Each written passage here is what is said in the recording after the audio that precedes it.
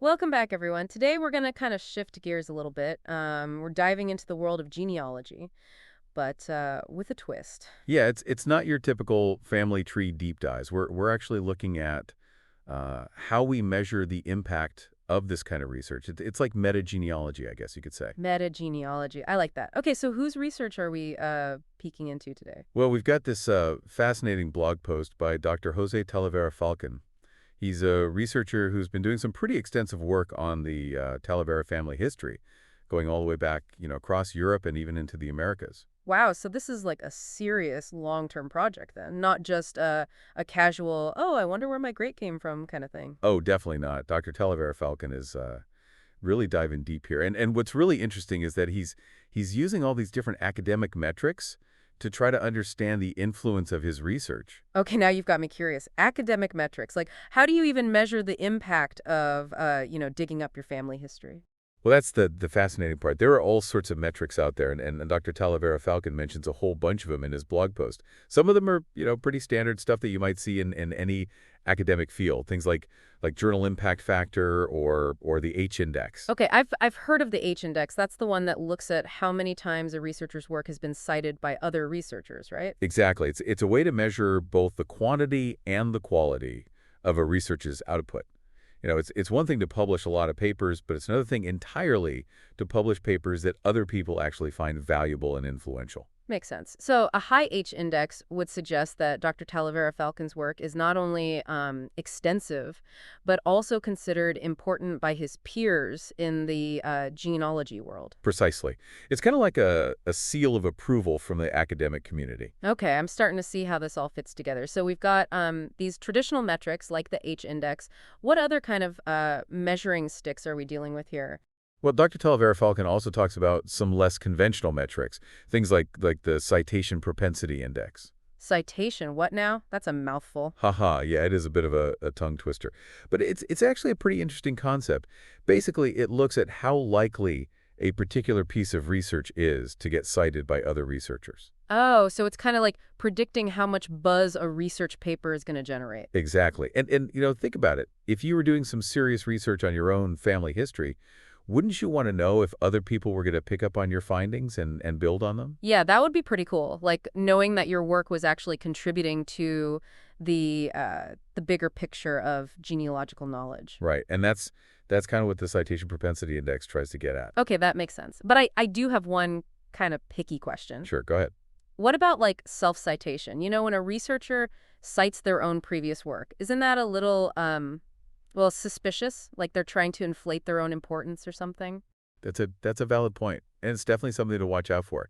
A high self-citation ratio could mean that the researcher's just building on their own work and establishing themselves as like the go-to expert on a particular topic. Right, right. So it's not necessarily a bad thing. Exactly. But it could also mean that they're, well, maybe not engaging with as wide a range of research and perspectives as they could be. I see. So it's like it's a bit of a red flag. Not necessarily a deal breaker, but definitely something to, keep an eye on. Exactly. It's all about context, right? Okay, so we've talked about the H index and the citation whatchamacallit index? Citation propensity index. Yes, that one. What other fascinating metrics are we going to be unpacking today? Well, one of the most intriguing ones that Dr. Talavera Falcon mentions is the perceived impact index. And this is where things get really, really interesting. Oh, how so?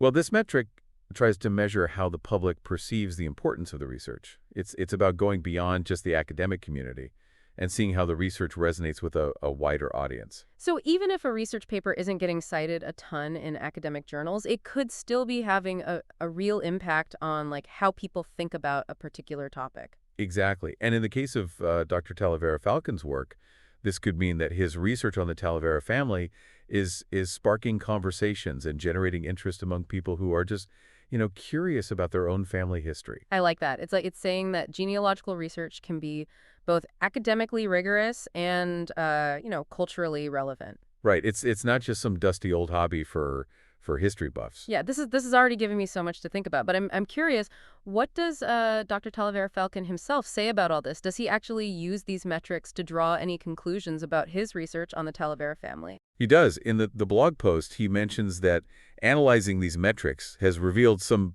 important contrasts, he calls them, compared to similar research projects. Ooh, important contrasts. That sounds intriguing. What kind of contrasts are we talking about here? Well, he doesn't go into specifics in this particular blog post, so it's kind of a cliffhanger. But it definitely suggests that his work on the Talavera family might be, particularly unique or impactful in some way. Okay, now I'm really curious to find out what those important contrasts are. It's like he's giving us a sneak peek into the potential significance of his research without revealing all the details. Exactly. And that's what makes this whole deep dive so compelling, right? It's not just about understanding the technicalities of academic metrics. It's about seeing how those metrics can be used to tell a story. And in this case, it's the story of the Talavera family and the impact that their history might be having on the world. I'm hooked. So we've got these important contrasts to look forward to, but beyond that, what are some of the bigger questions that this deep dive raises? What do you think we should be thinking about as we continue to explore this topic? That's a great question.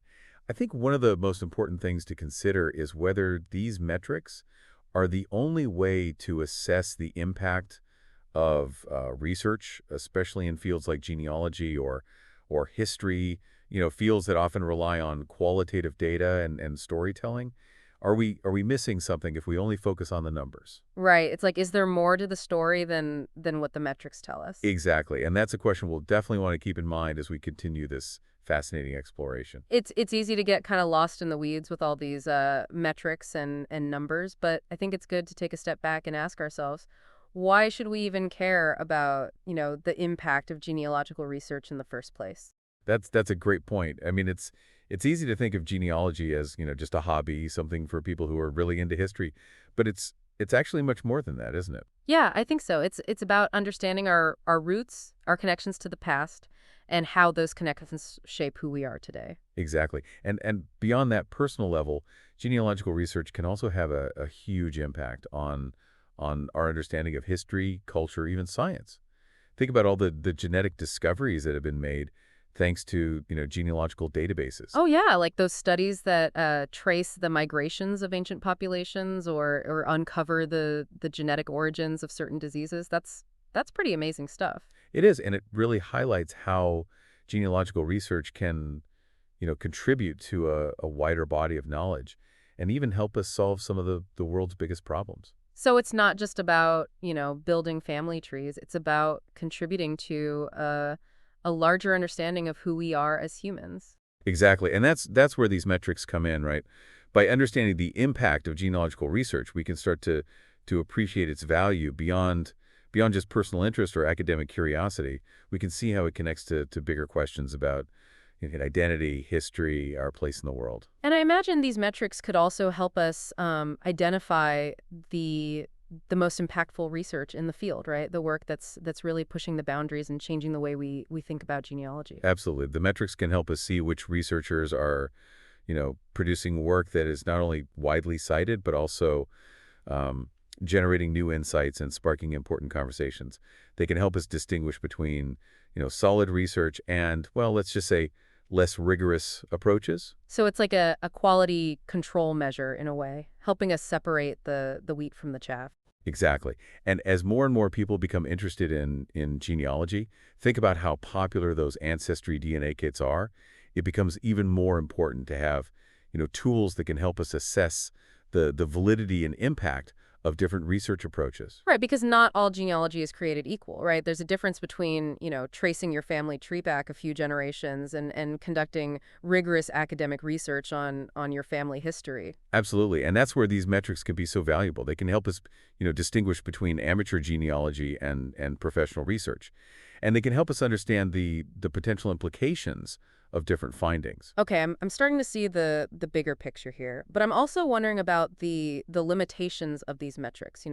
Do they tell the whole story? Are there other ways to assess the impact of genealogical research that might be more relevant or meaningful?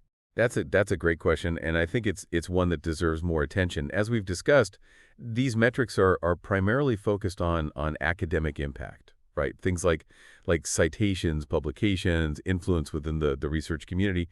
But what about the impact on individuals, families, communities? How do we measure the emotional, social, or cultural impact of genealogical research. That's a really good point. Like if someone discovers a long-lost relative or uncovers a family secret that changes their whole understanding of their identity, how do you measure the impact of that? It's not something that's going to, show up in an academic journal. Exactly. And I think that's where we need to start thinking, beyond traditional metrics and consider other ways of assessing the value and impact of genealogical research.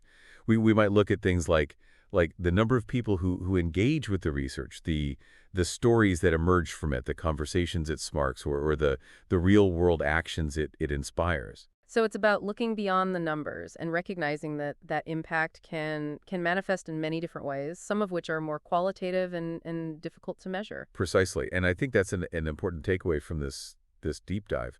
While metrics can be useful tools for understanding the academic impact of research, they don't always capture the full story. We need to be open to other ways of assessing value and impact, especially when it comes to fields like genealogy, where the personal and emotional stakes can be so high. I like that. It's a reminder that numbers are just one piece of the puzzle, and sometimes the most impactful stories are the ones that can't be quantified. Absolutely. And those stories often have the power to connect us to our past, to each other, and to a larger sense of shared humanity.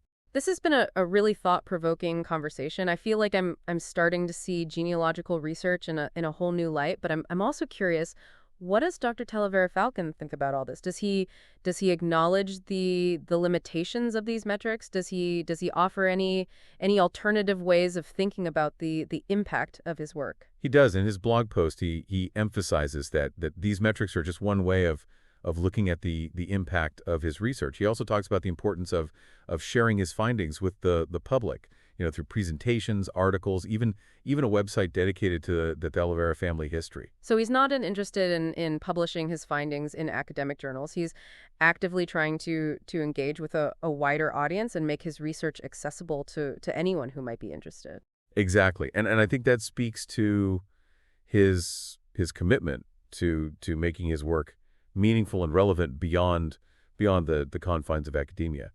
He seems to understand that the true impact of genealogical research lies in its ability to connect with people on a personal level and inspire them to explore their own family histories. That's a really inspiring perspective. It's like he's saying that genealogical research isn't just about uncovering, facts and figures. It's about telling stories that resonate with people and make them feel more connected to their past. Precisely. And those stories can have a ripple effect, inspiring others to embark on their own, genealogical journeys and uncover the hidden histories that lie within their own families. I love that. It's like a chain reaction of discovery and connection, all sparked by a shared pattern for family history. Exactly. And that's what makes this whole deep dive so exciting. We're not just talking about, numbers and metrics. We're talking about the power of stories to connect us to each other and to a larger sense of shared history. And I think that's a perfect segue into our next topic. So we've talked about all these academics metrics and how Dr. Talavera Falcon uses them to kind of gauge the impact of his research. But you mentioned something earlier, this personal impact index thing. I'm really curious about that. What did you mean by that? Well, it's an idea. It's kind of been rattling around in my head as we've been talking. Like, what if we each had our own way of measuring our impact, beyond just the professional stuff or social media. I love that. It's like creating our own metrics that really reflect what matters to us. Exactly. So instead of, citations and publications and all that, your personal impact index could include things like meaningful conversations you've had or acts of kindness, creative projects, things like that. It's like shifting the focus from external validation to internal fulfillment. Right. And it lets you define success on your own terms. So maybe for you, impact means inspiring others with your art, or maybe it's about making a difference in your community, through volunteering. The point is it's up to you. You get to decide what matters most. I'm already thinking about my own personal impact index. It's such a powerful concept to take these abstract ideas about impact and make them personal. And it can be really motivating too. Once you start thinking about, the kind of impact you want to have, it can really guide your actions and your decisions in a positive way. It's like having a compass pointing you towards a more meaningful life. Exactly. It can help you prioritize the things that really matter, both to you and to the world around you. This whole deep dive has been such a mind-bending journey. We went from academic metrics to family history research to personal impact. It's incredible how connected it all is. It is, and I think it really speaks to the power of curiosity and asking questions. Sometimes the most unexpected paths lead to the most interesting places. And that's what makes these deep dives so rewarding. You just never know where you're going to end up. Absolutely. And I think that's a perfect place to wrap things up. So to our listeners, keep exploring, keep asking questions, and keep diving deep into the topics that spark your interest. And don't forget to think about your own personal impact index. We'd love to hear what you come up with. You can share your thoughts with us on social media using the hashtag Deep Dive Impact. Until next time, keep those minds curious and those hearts open. And as always, happy diving.